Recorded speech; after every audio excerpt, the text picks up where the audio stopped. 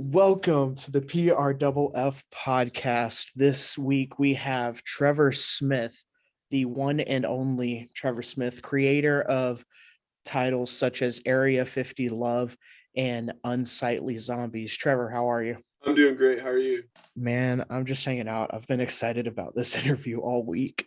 Yeah, I'm pretty pumped as well. It should be a good time. When does it come around? June, I think. Whenever the original video comes out. Yeah, something like that. At the beginning of summer sometime. Mm-hmm. So the beginning of the summer comes around and you get the word unsightly. Yeah. And out of that, we get unsightly zombies. Tell me your initial reactions to your word and your category. Also, your reactions to having Stice be your actor. Yeah, so it's funny. I don't know how everyone else handles the video, what their plan is. I literally watch the video and I'm like, that sounds cool. And then I plan to not think about it again for at least another 4 to 6 weeks. Like either something will come to me or I'll figure this out in loosely, a month and a half. But no, I thought it seemed like a good word. I was excited for my pairing with Andrew. I thought that was going to be pretty fun. Unsightly is kind of a strange word, just in terms of I think a lot of the adjectives were strange adjectives, right? They're not great. They're not great story builders. They were difficult. They were definitely difficult. Yeah, you don't look at I think of what was yours? Yours was meaningless. Meaningless. Okay, well that's just a whole different fiasco in itself. Masterpiece. Excuse me. It was a masterpiece. The word itself. But I mean I felt like a lot of the adjectives were hard to come up with a total story around. Mm-hmm. So I was just I need to come up with a story and find some way to make something unsightly a very integral part of the story, which I think is interesting because it's totally different than how Andrew approached it. Mm-hmm.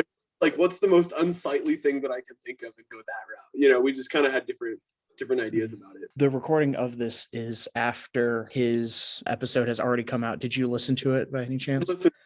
Yeah.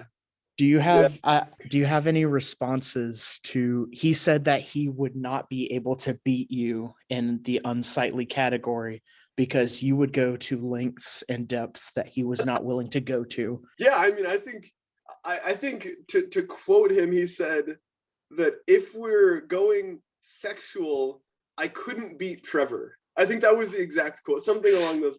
Mm-hmm. And I think very accurate statement that Andrew put out. However you want to take that, I think that's a very accurate statement. I just love it so much. Anyway, all right. So you, no joking at all, you intended not to think about this for 5 weeks at least. At least, yeah. All right. So what was the light bulb moment for you then? When was actually give me a timeline on when you were let's start thinking about it. And then, so start thinking about it, light bulb moment, right? Script, shooting, give me a timeline for all of this. So, I got to think through when were they due? Do you have the timeline exact? Do you know what dates they were? I believe they were due July 31st. Okay. And then the Party Room Film Festival was loosely 1 or 2 weeks after that. The actual, I believe, August 15th, something like that. I thought it was maybe 2 weeks after, something along those lines. Mm-hmm. So, I had a board exam that was, when was it? I think it was August 7th or August, maybe it was August 5th. That sounds right.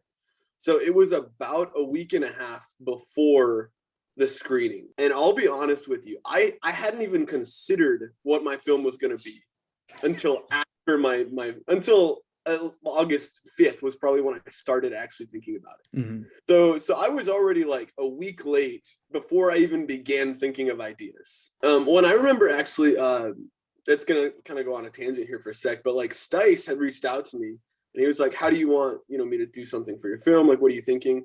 And I was like, dude, I'll be real. I can't really focus on this right now. What I need you to do is just send me whatever you want.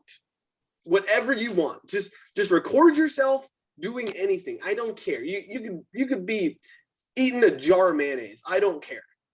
But like whatever you send me, I'll put it in there somewhere. I'll find a way to put you in my film. So I think he sent me like 5 or 6 different takes.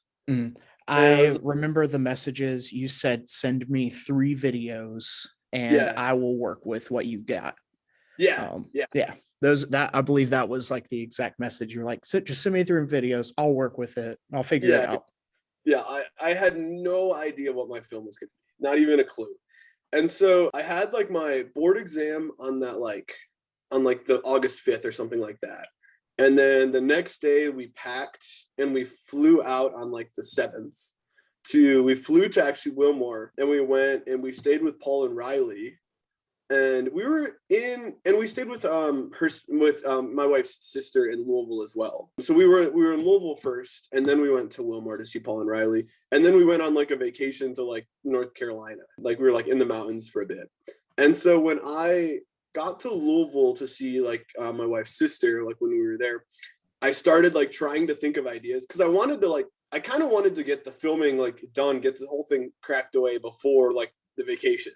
But that just wasn't going to happen. So like I remember I was like, well, step 1 is I need a shovel, because I need to have a shovel in this movie, because that was like the prop. And I was like, I don't have any means of getting a shovel. So I don't know if you ever met him, but I know some guys probably do. But it was Andy Seals.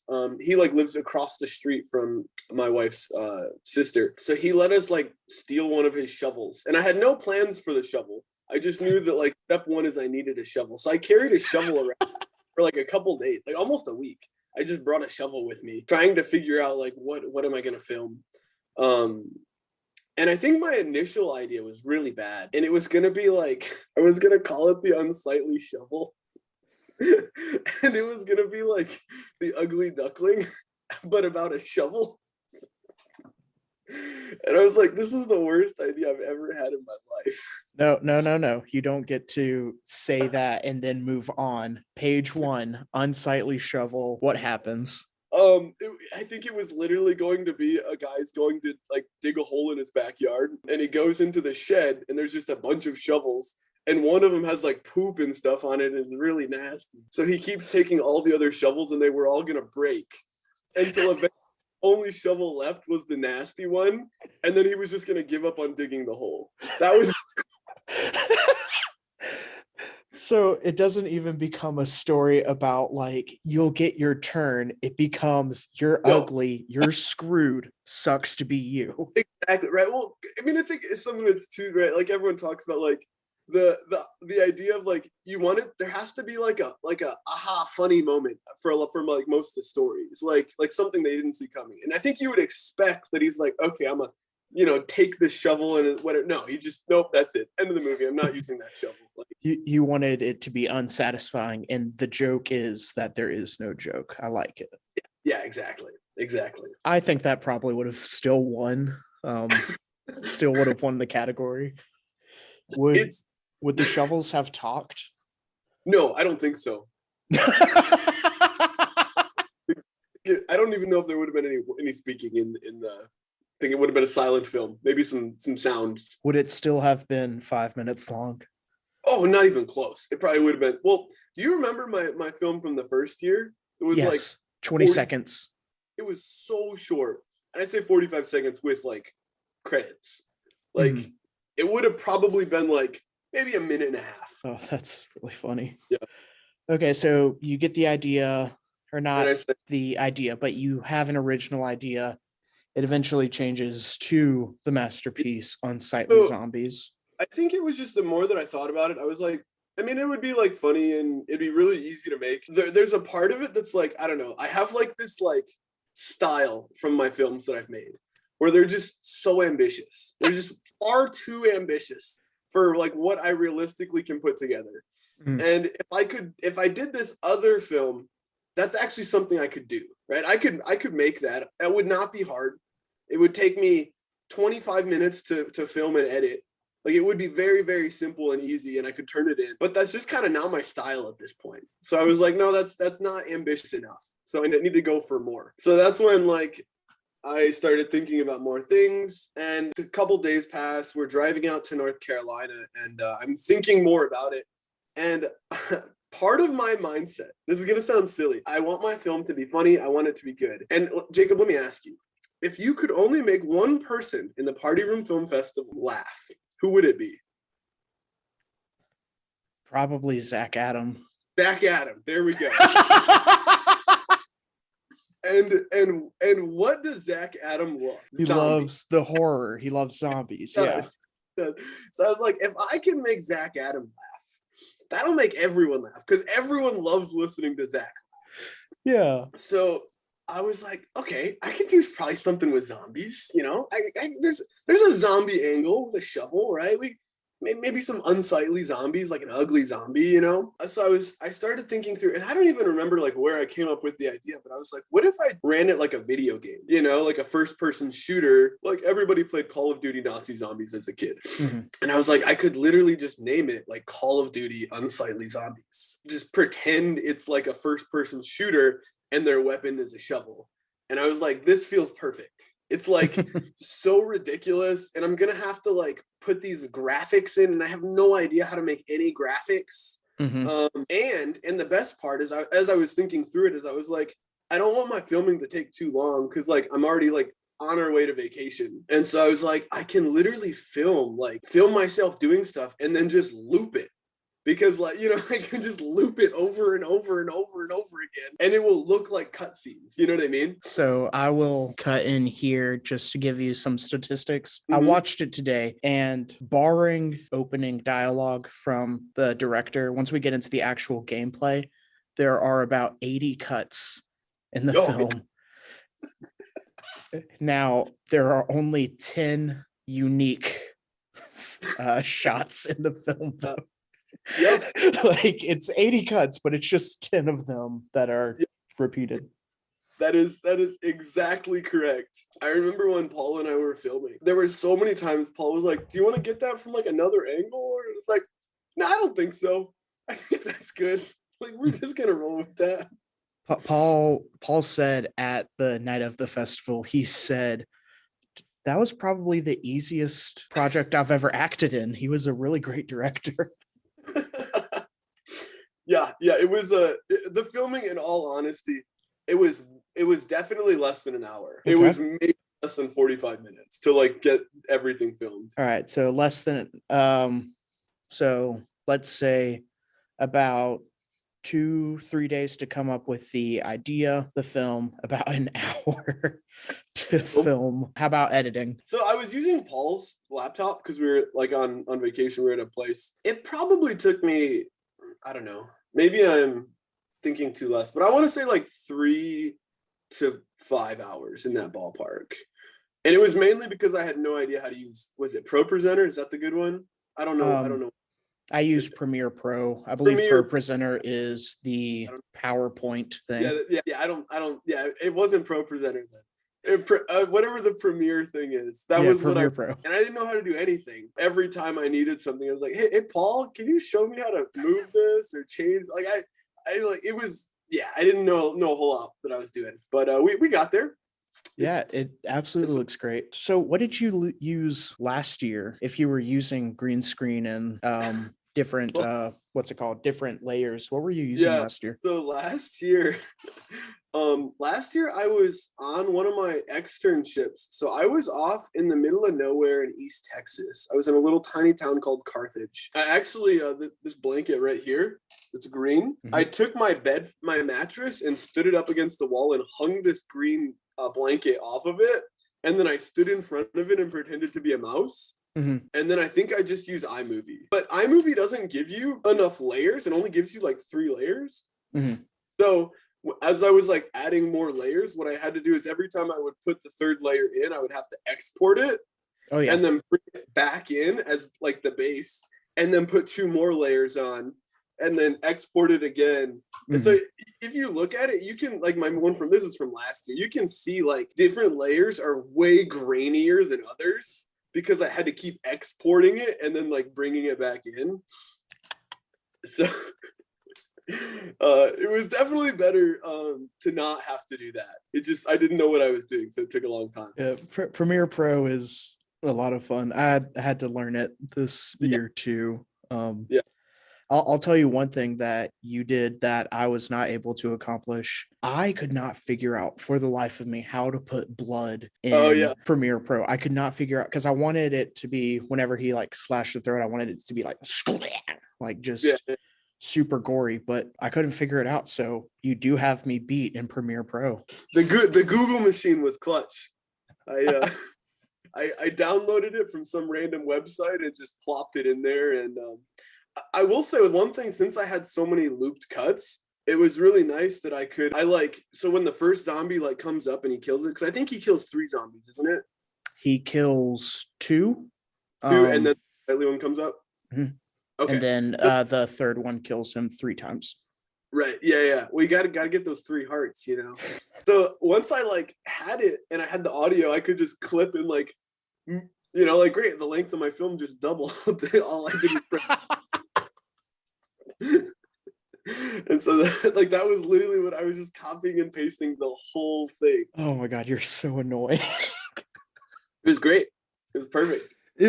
That's the thing. It was perfect. It was amazing. I would like to know, just artistically, why did you choose to have Paul die?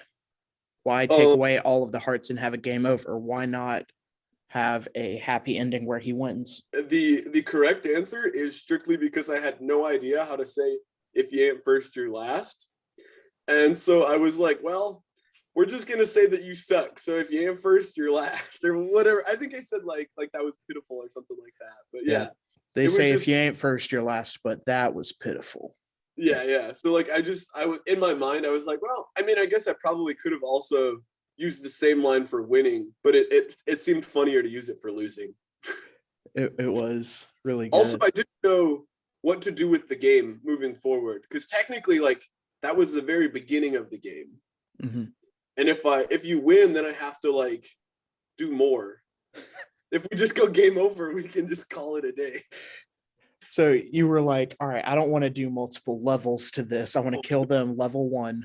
Level 1, you didn't make it, game over. I mean, arguably the tutorial level.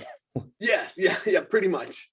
There's only 2 buttons. One is attack and one is gross out. Speaking of the gross out button, why did you decide to censor out Paul's vomit? Because I thought that would be easier than actually making him pretend to vomit. Then like I mean, I could have given him like a glass of milk or I don't know, like orange juice or something, but I didn't want to have to take multiple takes. Doing multiple takes with actual like spitting out orange juice would have been just too much work.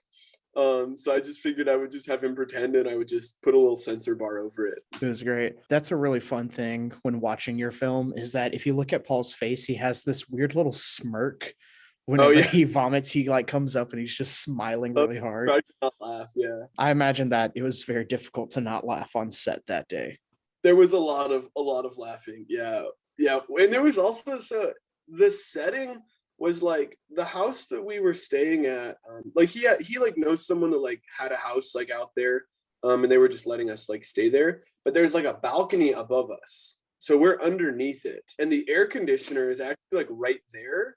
And so we would be filming, and in the middle of filming, the air conditioner would turn on, and it would just be super loud. I think you can see it in like the background of some of the shots. So like we would just like crack up and just like wait, and then eventually I would be like, you know what?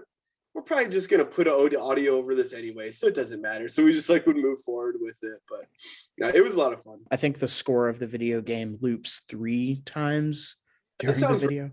Yeah. I think so. I believe that's the actual like Call of Duty Nazi Zombies music. Mm-hmm. Like I'm pretty sure that's what I took.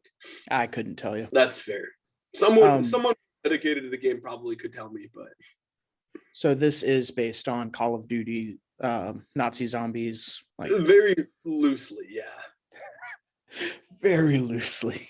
Very, very loosely. I am curious. So you tell Matt Stice, send me 3 videos of you doing anything. Yep. And this was probably one of the biggest laughs for me personally on the night of the festival, realizing that the clip in your film was actually also in Zach Adams' Wilmore Yes. Extraterrestrial. I was like, Yes. wait, that's the exact same thing. Yeah. Did you know that beforehand? Yeah, so he sent me like three or four that were like, this is me doing something.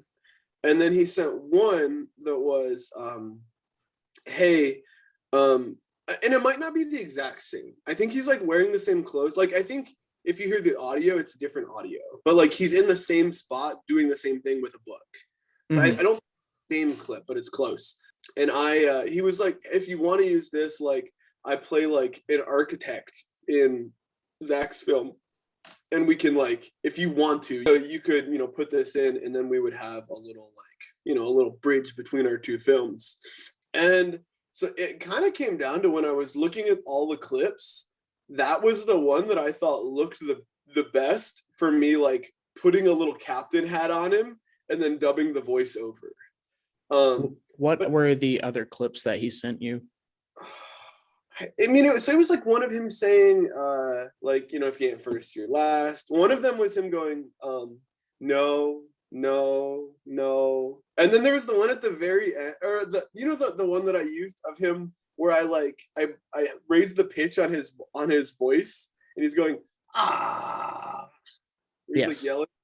So like that was one of them. So I'd used a couple of his clips.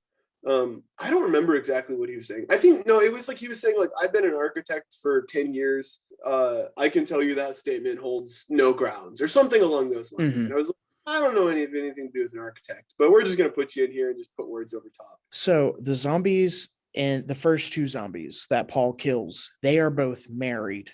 They both have a ring on their finger, but the zombie that eventually kills Paul is not. He does not have a ring on his finger. What did you mean by this? Are you saying that marriage holds you back, or what? I'm just trying to get a feel for your artistic expression here. The director answer is because he's too unsightly. He was too ugly. He never married. But the real answer is that I think I took my wedding ring off because I covered myself in face paint. It was like finger paint. And I just didn't want, I think I had to, I don't remember, I think it was like my rubber one, like my silicone wedding band, and I didn't want it to get all painted. I can tell you the exact brand of paint you used because that paint bottle is in the shot with Paul. It is in one shot. Yeah, I do remember that being in one shot. Yeah. Here's the thing. If it's in one shot, it's in 10. It's in lots of shots because it's redone like 10 times. Yep. Yeah. I remember I was going through editing and I saw that and I was like, it'll be all right. No one will notice. Not me. Here at the PRFFP podcast, we watch things frame by frame, analyzing everything. Stone unturned. If time or budget wasn't an issue, what would be different about this film? For example, if you didn't have your test this summer and you weren't so busy with that, what would be different? There's no way of knowing. It would definitely be something entirely different, I think. But I have no idea of what it would have been. I remember thinking through like my film and like what I made, and like I think I texted Andrew after it was done, and I was like, I turned it in, and I was like, Andrew, I don't see any way that I win against you. And he was like, well, I don't see any way that I win against you. And I was like, okay, well, then it should be a good one. And I think it's funny because it's so perfect that we were paired against each other, because I think we're the two people that tried the least to win. Like, we just wanted to make the film that we wanted to make. Neither of our films were the like, yes, I'm like trying to win. We were just like, I'm just gonna make something, just see what happens. It'll be funny, I guess. Like, and so it was like so perfect that like both of us did that. I thought it was pretty funny. The unsightly category from this past year was simultaneously the most underwhelming, but also the most memorable. Exactly. That's the thing. So I don't think you were at Asbury at this point, but there was a random, how there was like the fall festival talent show stuff? Yes. Remember? Yeah. So I didn't go, but I know that they happened. It was like a little talent show thing. And so some of the guys I think probably remember Judah Robinson eating a stick of butter one year for the talent show. And things like that are just like so like why did this happen? Like I'm sitting and I'm watching this and like this is what he chose. Like he chose to sit down and eat a stick of butter. But like they're memorable, you know, like no one could tell you who won the talent show that year, but people could tell you that Judah ate a stick of butter. And like I feel like that was the route that Andrew and I both went. Mm-hmm. We ate metaphorical sticks of butter. I mean, Andrew ate more than a stick of butter, I suppose. So the pillars of Trevor film writing are procrastinate and eat that butter. Eat the butter. But you have to be ambitious. You gotta go in. You know, you can't, not a little stick of butter. Like it's a lot. You gotta pick more than you think you can bite off. You gotta be Paula Deen with it. Exactly. All right. So speaking of just your different approaches to film and all of the different weird rules that you have, do you think that there is an algorithm or a perfect recipe for a perfect submission? I think there probably is for getting the win. I think that I think there's an algorithm. Like you could probably come up with a system that gives you like an 85% chance of success. I think the problem is that there's so many like just one-off wacky ideas that actually can like just take the room, that like you could submit the perfect film and get somebody else just sends in something so silly and ridiculous that it takes the win like from underneath you that doesn't fit the criteria, which I think is enjoyable about it, that there's not necessarily a surefire method to win. I would argue that happened to me. I think I submitted the perfect film, and then Aaron Winiarowski decides to stab his dog, and now he wins. Whatever. Exactly, right? Something because your film was very much what like it's not what I would have expected from you, but it's a film that I would have expected someone submitted. You know what I mean? The time travel, the looping, the whole right? Like it was very good, and then it didn't end up winning because someone killed a dog or tried to kill a dog. You know, it is a beautiful little thing that we have going here. I love it so much. Between your 2020 submission and your 2021 submission, who wins? Definitely the 2021 submission. That one actually won. My 2020 submission did not win. I think I lost to Stice in his half-edited film. Yeah, but we can understand that, right? It's what you expect, you know. There's something, always something in there. I mean, to be fair, that one I filmed in like 20 minutes and edited in like 2 hours. Like that one took but that one was in on time, so there's something for that. So you're saying that late submissions win categories? Well, Aaron won and his was in on time, and yours won and yours was in on time. I'm just trying to get Andrew mad whenever he listens to this. No, that's fair.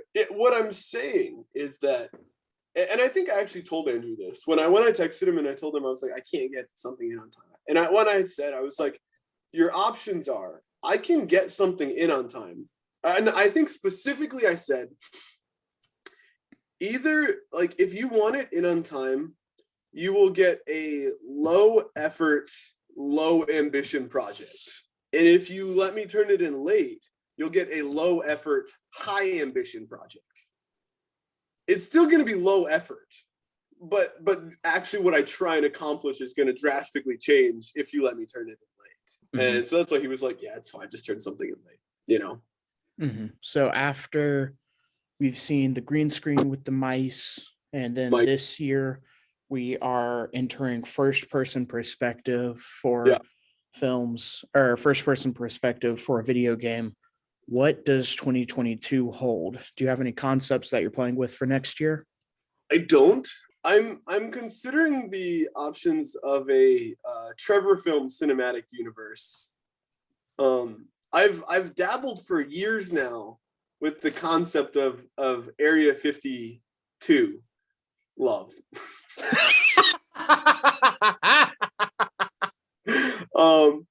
But I think that, we've seen so many bad sequels. I don't know if anything that I make could really do it justice. So I think I would rather try and go for something in the same universe, but not necessarily, Area 52 love. I am begging to be a part of that project, Trevor. If I ever flesh out real ideas, I'll let you know. Here's the thing, I feel like all of the nerds would love to get together, just have a Zoom call, all of us, where we just pitch you ideas, but that would not be a Trevor. It wouldn't be a Trevor film. It's true. It would be a lot of fun, but yeah, we'll just have to see what happens. There's a lot of time between now and the Party Room Film Festival for this year. Mm-hmm. So speaking of Area 50 love, Andrew in his interview said that Area 50 love is in some ways the inspiration for the Party Room Film Festival. How do you feel about being the father of the festival? In some ways I look at all of you as my children already. So no, I think that was one of the group of guys that was on Nerd at the time. That was the first project that everyone got in on. It was like everyone on campus got in on that. You know what I mean? There were people from all over the place that just wanted to be a part of it. I remember, back when people would talk about how they couldn't find people to help them with their films because everyone was always making films. I had like 10 extra people at all of my film shoot, at all of my shoots, because everyone just wanted to be a part of it. Absolutely. Yeah. And I was lucky enough to play 2 aliens in your film. It's true. But yeah, so it was such and that wasn't the first time someone's made some big, silly film. I felt usually when people were making big, silly films at Asbury, they were a specific group of people, it's a group of these 10 guys are making something, or these couple people are making their silly, series. And this was a little bit bigger scale and lower production quality, which made it much more interesting. I think that just speaks to and I'm going to flatter you right now, I think it speaks to just the effect that you have on people, just the welcoming and the friendship that you have with people. Also, just the fact that it wasn't just another media person saying, guys, come look at my thing. It was a biology person saying, I don't know what the hell I'm doing, but you want to come watch this train wreck? It's going to be fun. Yeah. Well, thank you. I appreciate that. But yeah, that's the thing. It was just it was a fun journey that we all got to be a part of. And I think everyone was just really excited for it. Mm-hmm. I actually I didn't think about it. I know I wrote that question down, but I didn't think about how it really was the original festival, because, this year it was, you have 2 months to make a film. Mm-hmm. That for you, it was, you have 1 week to make a film. Right. Yeah. And maybe that is why your style is the way it is. You don't want to think about it until the last second because you're used to that 1 week time crunch. Maybe. That's how I did it the first year too. I waited till the last second. And I think the first year, actually, the day that it was due, I started filming. I went to the dollar store and bought some supplies, and then I started filming, and I edited it all that day and turned it in. When you have a system that works, I guess, why break off from that? Absolutely. Do you see anybody else in the future taking the Trevor Smith Award? I think you are the only nerd to have an award named after them. There is Mitchell Judy, who has a rule named after him, but it's not an award. Do you think anybody else will ever take the Trevor Smith Award? I think it's quite possible. I think that if I have a year where I don't get to do what I want to do, where something happens and I just don't end up putting something together that I like or whatever, it's definitely up for grabs. I feel like Stice is always in second place on that one, because his films are always also just all over the place, with lasers and time travel and this and that. I feel like he's always if I'm not like on my game, he's like right behind me. He's itching for that Area 50 level board. I actually agree with that, because you, like you said, your strategy is about trying to attain something you can't do. Stice, he wants to push the bounds as well, but he can also do all of this. Things that and so sometimes I almost wonder if that almost hinders his ability for the Area 50 level award. If you try and do something and you do it too well, it doesn't have the same feel to it. Yeah, the Area 50 level award is about try-harding, but not succeeding. I almost think it's more about like being way too over ambitious and then settling. Being like, you know what? This is just gonna have to do. That's beautiful. I love it. With the oncoming year and with certain festival council members taking certain shots at you in their interview, do you have any people that you want to call out for the next year, grudge match style? Grudge match style. It's an interesting question. Yeah, I mean, Andrew definitely, he didn't hold back on his thoughts. We can't all, take our shirts off on film. Some of us, it would be too sexual, as he already pointed out. I don't know. I think it was it was a pretty. I thought the pairings were pretty even. I think Andrew's best bet would probably be really if he could maybe bribe his wife to vote for his films. That would probably help. I mean, he's already sleeping with her, so it's like, yeah, and that wasn't enough apparently.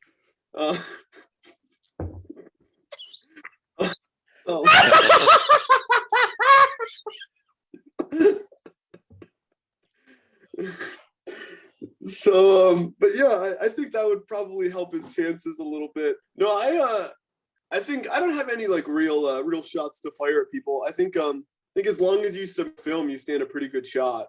And I think that's a great point to end on. So, Trevor, thank you so much for talking with me. Absolutely. This has been a blast. Yeah, man. This has been the PRFF podcast, and I'm just hanging out with my family. Perfect. That was so much better than Andrew's too.